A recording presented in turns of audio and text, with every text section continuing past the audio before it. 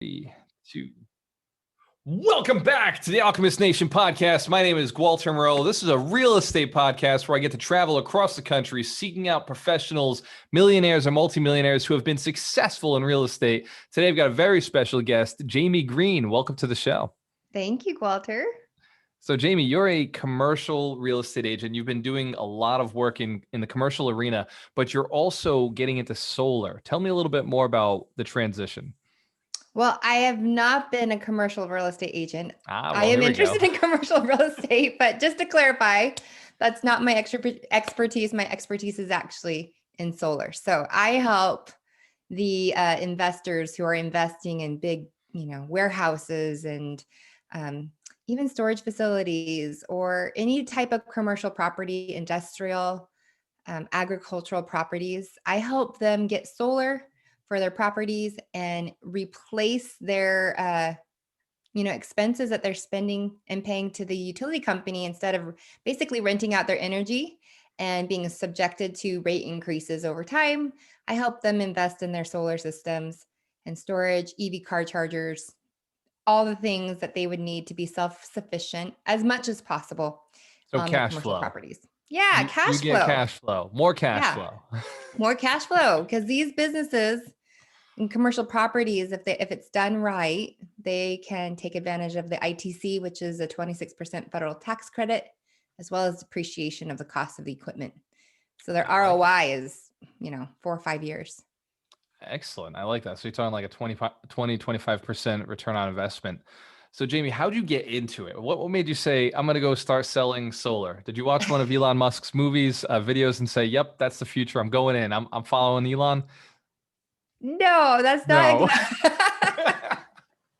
Well, first off, I am a stay-at-home mom. So I have 3 young kids, almost 9, a 6-year-old and a 4-year-old. And when I got introduced to solar. No, that makes sense. So having kids makes you think solar. It's obvious at this point. Well, it's, we were driving down the road today. We dropped my daughter off at gymnastics camp. And there was this diesel truck with a huge exhaust. And just every time he hit the accelerator, big plume of black smoke. And my kids are like, gross. I go, I know that's what it's like. That's why I'm in solar, is for clean energy. They get it. They understand it. And they want to know, why doesn't everyone have solar? And I said, that's why mommy does what I do. I like that. And so obviously it creates you're an entrepreneur. At the end of the day, you are an entrepreneur. You just got back from 10X and you were at one of Grant's recent events. And you and I were talking about it a little bit. What is it that being an entrepreneur allows you to do with your kids? You have more free time. Is that fair to say? More free time, more big conversations. Like my son goes, Mom, I want to be a pressure washer when I grow up. And I said, what? And I said, as your mother, I will not allow you to be a pressure washer. Like, not allowed. Now, in terms of if you wanted to create and build and scale a pressure washing company where you employ pressure washers, because there is a need for that, yes, I will allow you to do that. But as your mother, and knowing what I know and knowing how I grew up and everything, I said, no, you're not allowed to be a pressure washer. I don't even know where we came up with that idea, but it was at breakfast this morning. I love how supportive as a mom you are. Like my mom did the same thing with me. I wanted to be a garbage man because they got to ride on the back of the truck. And she's like, no. Those are fun jobs, right? Fun jobs.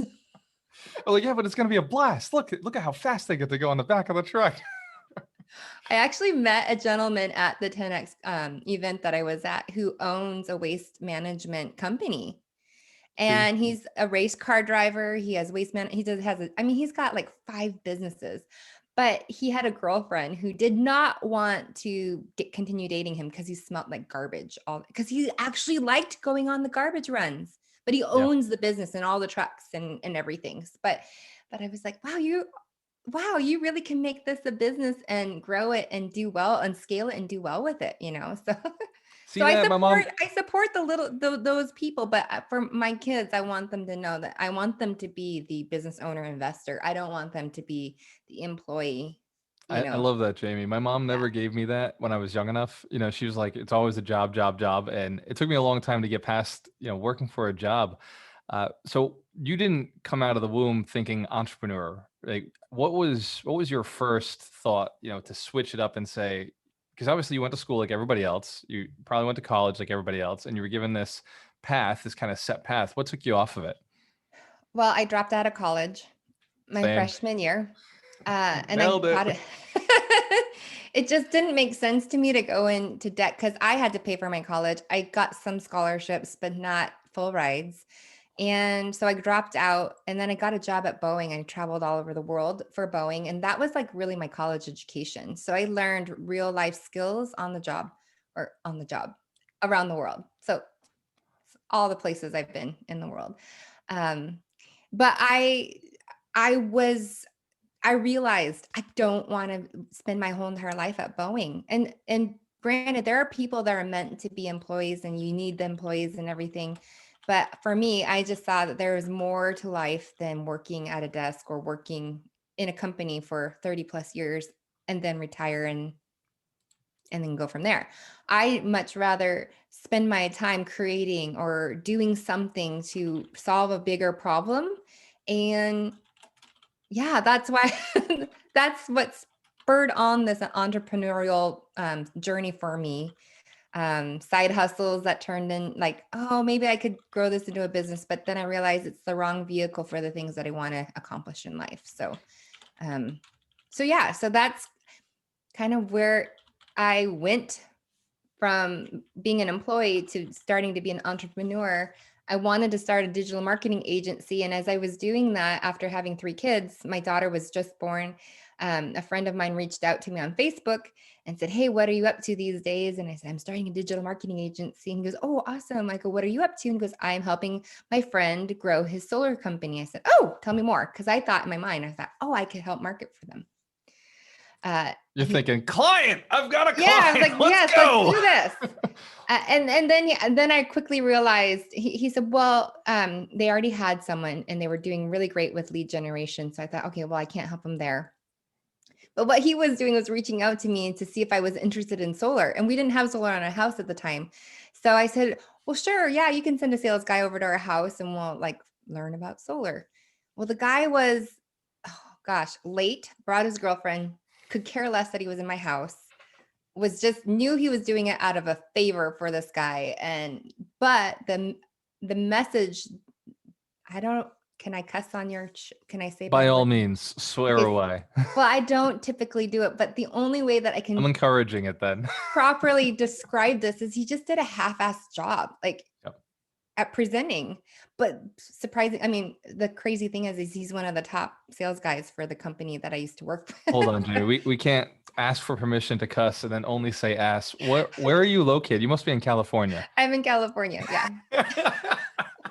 But I just am not I'm not really someone that says a lot of Well, all right, so I'm glad we had so the other day I was running a training, and one of the students in the chat was saying, watch the swears, please. I was like, it's my fucking channel. I can say yeah, whatever I want, and thank you for showing up, or get off if you're not interested. right. Here, ass is acceptable. I don't even count it as a swear word. I No. do I do have my kids go, "Mom, was that a bad word?" Like, they'll hear a word and they just know right away what the bad words are. In California, it's half the language. Half of the English language is a bad word, so they have to be careful out there. Right. Or we'll wash your mouth out with soap. No, I'm teasing. So, Yeah, so good. he did a half-assed job and then I sent him away. He left. And I called up my friend. I said, okay, I want to do what he does. Cause if he did it and knowing me, I can do it. But the 10x. limitations, You 10x, go yeah. 10x with The it. the the limitation was that I am a stay-at-home mom. Like I have my children. Yeah. And so I figured out a way to convince them to let me sell from my house or sell on my terms and not take company leads and not be driving all over the state, 6 days a week, 15 hours a day, meeting with complete strangers. So I figured out a way to generate my own leads using social media through building a personal brand, relationships, and referrals. So that's how I did residential solar. And then out of that, some people were like, hey, do you do commercial? And I was like, yes, I do commercial. So I transitioned from residential to commercial. So Jamie, you talked solar. about social media. That's one of the platforms you've actually sold from. A lot of our listeners question social media. They don't know how to use it. They're thinking about doing it. They create a couple of videos. They get terrified from creating content. Yeah. What would you say draws you to do it? Why do you continue to create the content? Obviously, it pays, right? So how do Yep. you inspire yourself to keep doing it? Well, you got to keep promoting and promote and then keep promoting. Like you just have to promote and you have to be willing to look silly or feel embarrassed and just push through it. Like I remember I started, I think it was Gary V, and he's like, you don't have to like come up with this content. You just have to document.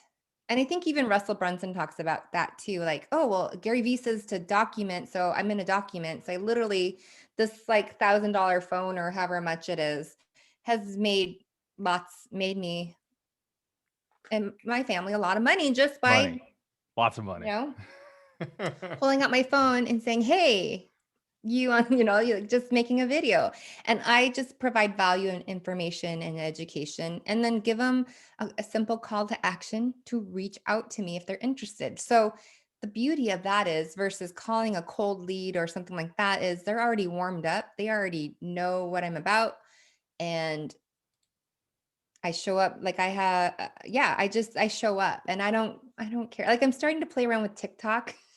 Yes, I'm on Avoided TikTok. it. I'm loving it. I've avoided it for so long because I just thought I was the wrong demographic, but I'm wrong about that. So It's the I right just, demographic. I'm on I'm the right. TikTok. Yeah. So I'm starting to play around with TikTok, but typically it's been Facebook Yeah. and a little bit of Instagram and starting to play with LinkedIn more and YouTube for sure. Well, it makes sense. In the commercial Yeah. arena, LinkedIn's probably the way to go. And I felt the same way when I was building my real estate business. It was all, basically Facebook. It was all Yeah. relationship sort of marketing where it's selfies and videos and tagging people and creating a great content that, people want to consume. And I felt the same way with building the business. So you went and you shifted it up by saying, instead of me going out and doing sales, I'm instead going to do marketing and let the sales come to me. Hmm. What would you say was the biggest thing you've learned since starting this entrepreneurial journey? How long ago did you start? Oh, I've been an entrepreneur for 12 years. Nice. And like I said, I wasn't in the right vehicles and I also didn't have the knowledge of how to sell. Like I know that like for me, I worked at a car dealership when I was 19 and I saw the sales guys and I'm like, oh, I should sell cars because I think I could do it. In my mind, I just think, oh, I could do it better or I could do this. But I feel like again, that's your theme. You always think, I could do this better than somebody else right or now. maybe not better, and maybe it's not better, but maybe it's just, I think I could do this. Like Yeah. I could do this and I could crush it.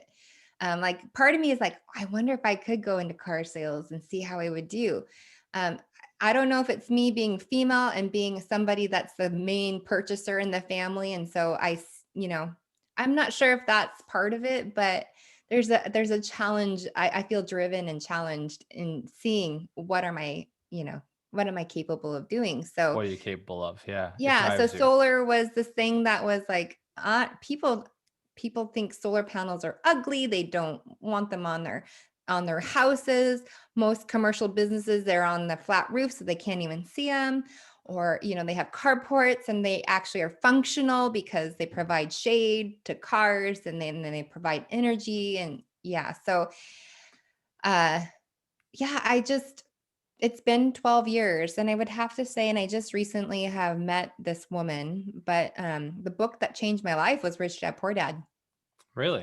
Yeah, because I went from being the employee, Yep. learning about I to see and look at money differently than I was raised to. So Yeah. she wrote the book Rich Dad Poor Dad with Robert Kiyosaki, not Richard. And so that book was very, very pivotal for me.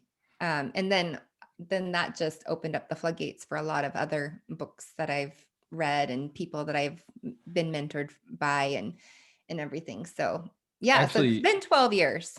I actually talk about that book in my mentorship. There's 5 books that I always give people to read, the foundational 5, and that's the first one because it kind of opens up the mind and gets you thinking about, all right, maybe I need to get out of employee and shift at least into self-employed. But the Right. real goal is to get over to the B and the I side, Yeah. business and investor. What would you say has been the biggest lesson you've learned in those 12 years as an entrepreneur? Um, everyone's given the same amount of time. Obviously, I'm not at Elon Musk's level or Jeff Bezos or, these, There's only there's no 2,000 people reason on the why I planet can't that be. are at I've that got, level, so what's that again? there's only 2,000 people on the planet that are billionaires, so it's all right. Right. Yeah. But we all have the same amount of time on this, in a given day. And so, um, I think the biggest lesson, yeah, is just finding the right vehicle or the thing that you can invest your time, invest your like what you're going to spend your time doing that's going to get you the biggest ROI on time that also generates a lot of money. So, um real estate is a huge, I mean, everyone says, where did they create the most wealth is in real estate, right? It's in real In real estate. estate. My father-in-law, who has, been, he passed away a few years ago, but he came to America from Ireland and had nothing. Came from his family, they were farmers, like they had a farm.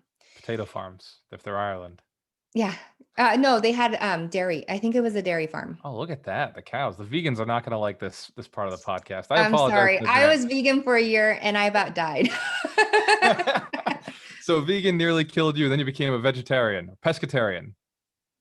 You eat meat now. Bone broth mostly. Like that's the more important thing. But no, I have all the food sensitivities to everything. That's the vast majority of the vegan diet. And that's why it was like nearly making me feel like shit. There. Hey, that's better than ass, right? Well done. Look at you. Stepping up. Yeah, but the first thing that my father-in-law did when he came to America is he got into construction and then he got into real estate investing.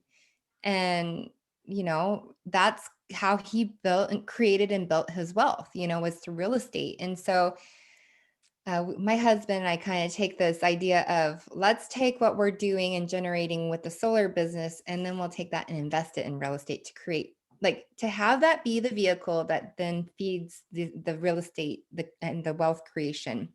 I love Because that it's you one said thing to it. be rich, right? It's one thing to have a Yeah. lot of money and then have all the toys and all the things that look like, right? But Yep. it's another thing to have to create wealth. And so Yeah. that's what we're really focused on in the last, and demonstrating that for our children, Yeah. I like what you so said because most people don't recognize you need a powerful stream of income to invest.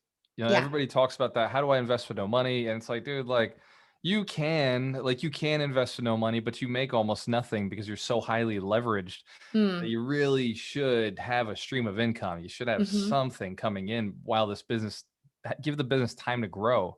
It's Yeah. like planting a seed and it's a sapling, and you're like, okay, throw me a fruit now. It's like you Right. gotta You give it have to some be time. patient. You have to plant those seeds and you have to let the forests grow. And it's going to take time. What is it, 20 years for a tree Yeah. to actually then turn into lumber? Yeah. Like it's 20 years at minimum, I think. And so, for us to think that we can get rich overnight or create wealth unless you were an early adopter of Bitcoin and you bought it for, $4 a coin and you exited at the right time because you just knew that that was the time to exit. Man, I remember when Bitcoin was $2 a coin and I was just learning. I was like, what is this? I didn't understand it. So I avoided it. Yeah.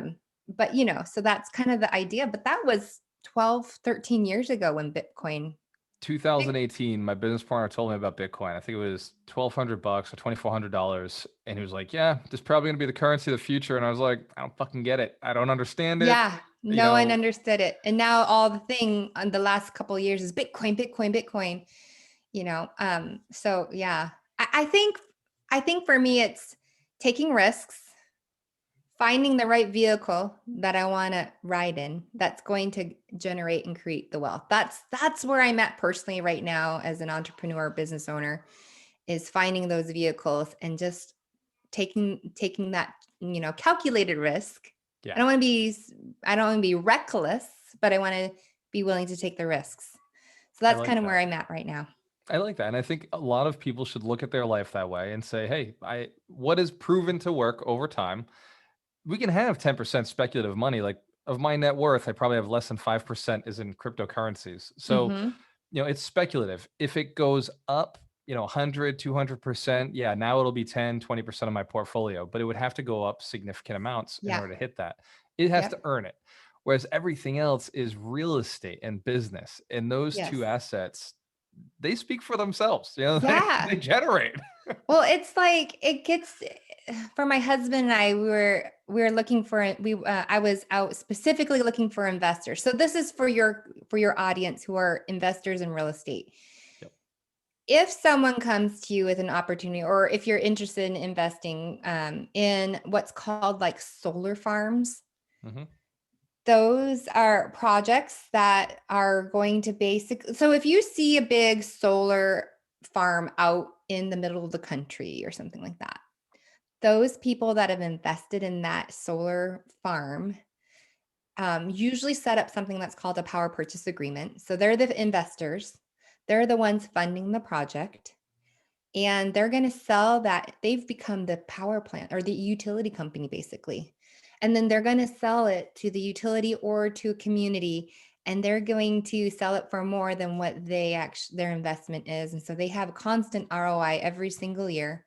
If they have a tax appetite that's big enough to take advantage of the tax credit, which, if it's a $20 million deal, you have to have a $5 million tax appetite to be able to take advantage of the full tax credit, and then also to take advantage of the depreciation of the assets, I which like is that. And like, if you're spread across a couple of investors who have, say 20 million each, they could easily eat that up.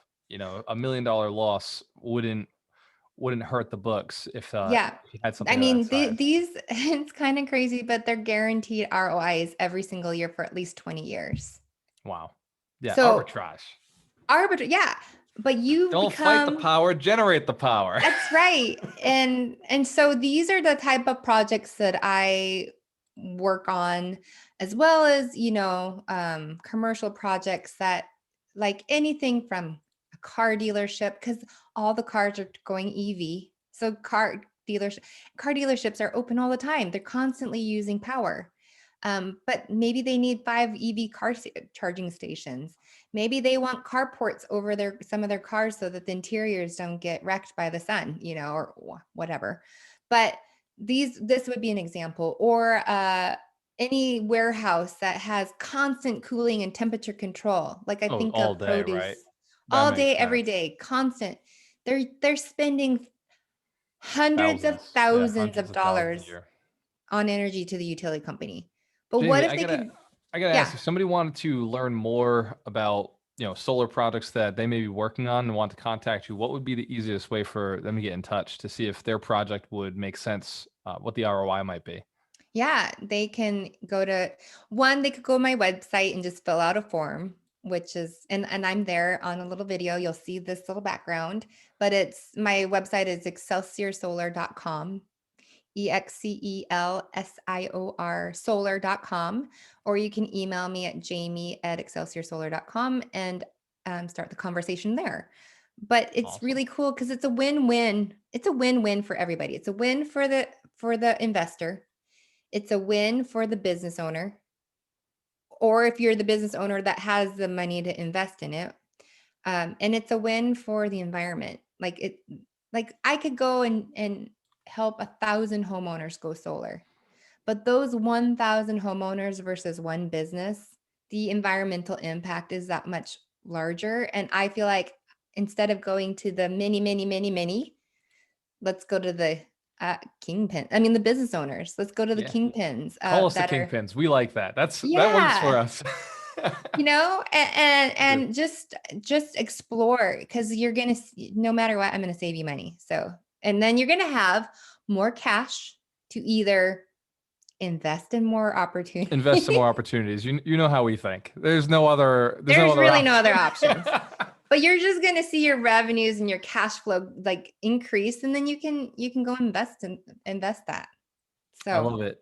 So yeah. Jaime, I always ask, and by the way, before I even say that, I just had Doug Wing on the podcast a few hours Oh, I love ago, Doug Wing. and what Doug was saying was like one of his principles was you've got to do this. Like you've got to go and make sure that you set these things up and take action on them. It was one of his father's principles. Actually, it was fantastic. Yeah. So I always ask this question at the end of the podcast: if you could go back, 20-year-old Jaime Greene, and give yourself 3 pieces of advice that would get you to where you are today, happier, with more wealth, and with more accomplishment, what 3 pieces of advice would you give a young entrepreneur just starting out? I would say the first thing would be to invest in yourself.